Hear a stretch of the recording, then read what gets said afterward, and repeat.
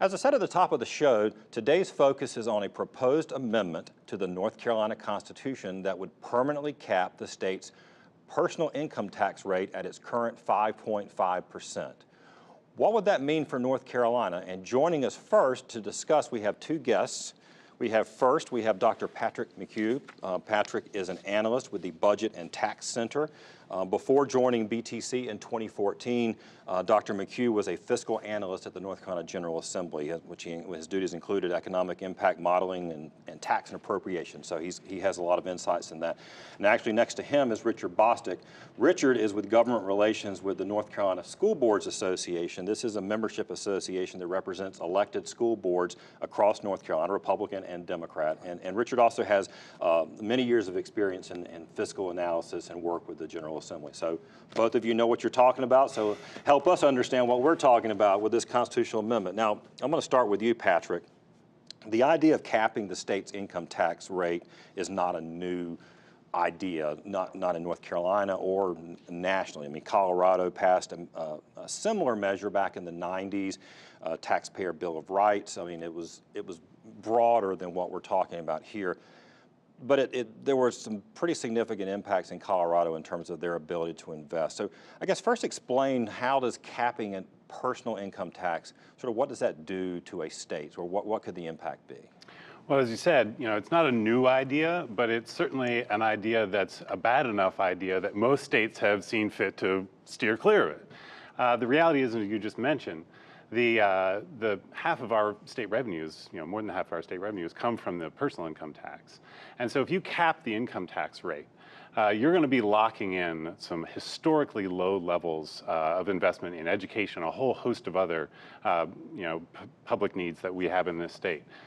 When Colorado went down this road, and it's not exactly the same proposal that's on the table here, but it has some similarities.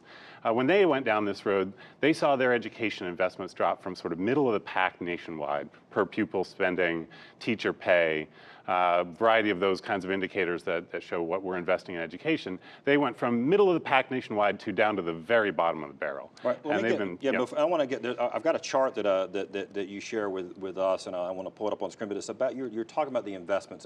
I know it's hard to read on the screen, but there's a lot of bars. But I think your contention with your analysis of the Budget and Tax Center is that we are at a historic low point in terms of sort of where education funding falls in terms of the size of the economy. Can you explain that a little bit? Well, since 2013, we've been engaging in a raft of continuing ongoing tax cuts, both on the personal income tax side and on the corporate income tax side.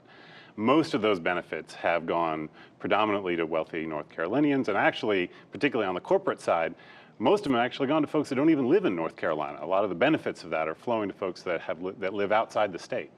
And the result of that has been a pretty dramatic decline in the amount of our economic activity that we are channeling into education spending in North Carolina.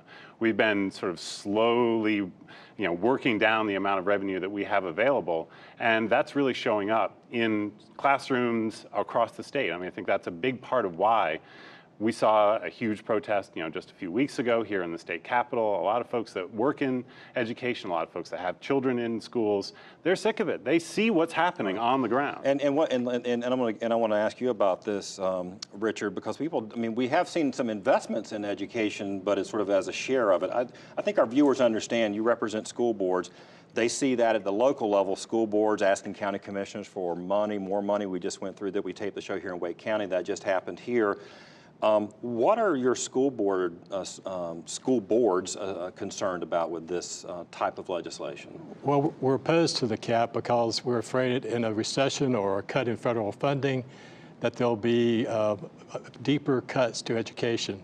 We saw that in the Great Recession where there were tremendous cuts. If it wasn't for the federal government giving us $380 million in 2009 and 2010, the cuts would have been tremendously deep. So right now, the local governments spend 26% of the total education budget coming from their sources of funding. That's supposed to be a state responsibility. And that's positions too. We've talked about on this show. It's not just buildings. Our locals are paying more and more for teachers' assistants and teachers. And the Public School Forum has done a great job in showing how the locals have had to step in and fund a greater share of operating which again is a state responsibility, and they're trying to deal with that backlog of capital needs that you mentioned at the opening of the show.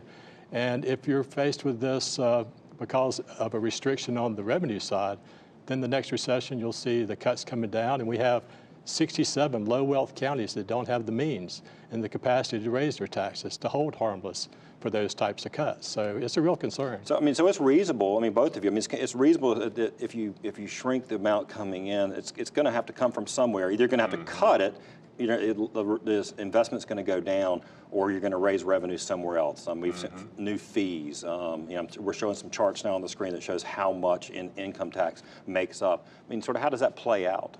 Well, and you know, we don't have to sort of hypothesize about this. This is what happened in Colorado. You see state legislators and local governments being forced to kick open every couch cushion that they can think of, not just when the bad economic times are, you know, the bad economic winds are blowing, but even during normal times. Just basic operating, basic needs of citizens. Yep. And so you've seen all kinds of, you know, the sales taxes are likely to go up, particularly if we hit a recession. We saw that in the last recession, and that was when we had more revenue coming in from the personal income tax. And that's one of the things, the personal income tax is really volatile when we hit a recession. And so when you're already capping it at a historically low level, you're going to be really searching around to find other revenues to make up for that. And even some of the folks that are pushing this measure essentially came right out and admitted that that's probably what's going to happen. That we're going to see not just sales taxes and property taxes go up, but fees across the board. I mean, you look at Colorado and the types of fees and things that folks are paying there. It's really historically unusual. Right. Last word from you, Richard. So what is it sort of? So what's your message, I guess, both to General Assembly, but also to voters if this comes on? What would you like people to understand? Well, we are seeking a compromise right now. The Constitution says 10%. Why go all the way down to 5.5%? If you need some middle ground, how about 7.75 or 7.5, which was... That's actually the highest. That's the highest that we've been, right? About 7. Back in 2013, it was the highest rate was 7.75. Why not give yourself some room during a recession? Right now, you'll be locking yourself in at 5.5. So if you have to make a change this week, you know, try to find some middle ground. Well, we'll see. Middle ground seems to be hard to find on a lot of things these days. So, but we're going to keep watching this, so this won't be the last conversation about it, particularly if we go to a referendum in November. But thank you both for being here today. When we come back, we're going to continue our discussion with some business leaders about the proposed income tax rate cap. But before we go to break, see if you can answer this question. Including North Carolina, there are 41 states that tax personal income. How many states have amended their state constitution to cap the tax rate?